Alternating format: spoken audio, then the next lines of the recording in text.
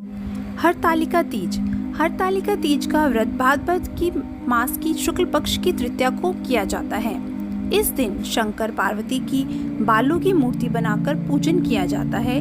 सुंदर वस्त्रों, कदली स्तंभों से गृह को सजाकर नाना प्रकार के मंगल गीतों से रात्रि जागरण करना चाहिए। इस व्रत को करने वाली स्त्रियां पार्वती के समान सुखपूर्वक पति रमण करके शिवलोक को जाती हैं। कथा। इस व्रत के महात्म्य की कथा भगवान शंकर ने पार्वती जी को उनके पूर्व जन्म का स्मरण कराने के लिए इस प्रकार कही थी। एक बार तुमने हिमालय पर गंगा तट पर अपनी बाल्यावस्था में 12 वर्ष की आयु में अधोमुखी होकर घोर तप किया था। तुम्हारी कठोर तपस्या को देखकर तुम्हारे पिता को बड़ा कलेश होता था।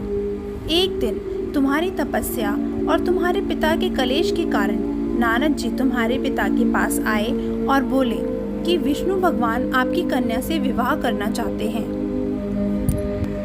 उन्होंने इस कार्य हेतु मुझे आपके पास भेजा है। तुम्हारे पिता ने विष्णु जी के प्रस्ताव को सहर्ष स्वीकार कर लिया। इसके बाद नारद जी विष्णु जी के पास जाकर उन्होंने कहा कि हिमालय राज अपनी पुत्री सती का विवाह आपसे करना चाहते हैं। विष्णु जी भी तुमसे विवाह करने को राजी हो गए। नारद जी के जाने के बाद तुम्हारे पिता ने तुम्हें बताया कि तुम्हारा विवाह विष्णु जी से तय कर दिया गया है।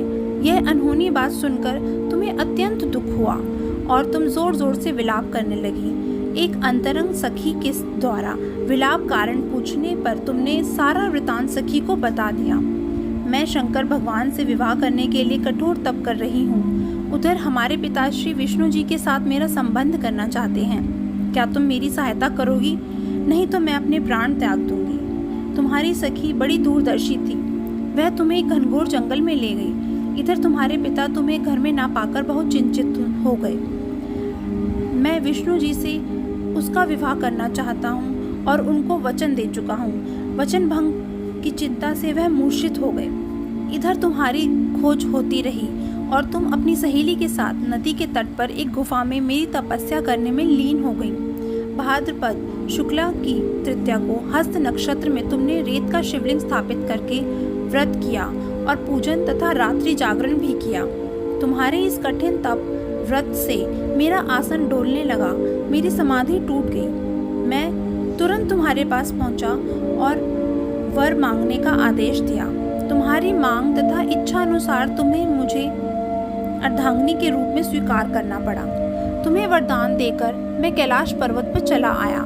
प्रातः होते ही तुमने पूजा की समस्त सामग्री को नदी में प्रवाहित करके अपनी सहेली सहित व्रत का पारण किया।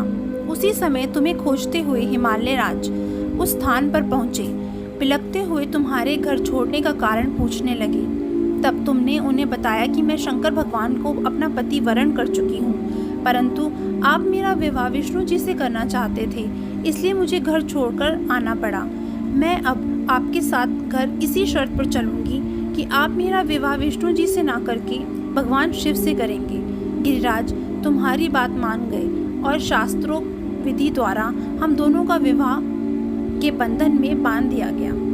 इस व्रत को हरतालिका इसलिए कहा जाता है कि पार्वती की सखी उसे पिता के घर से घनघोर जंगल में ले गई थी। हरत अर्थात हरण करना और आलिका अर्थात सखी सहेली।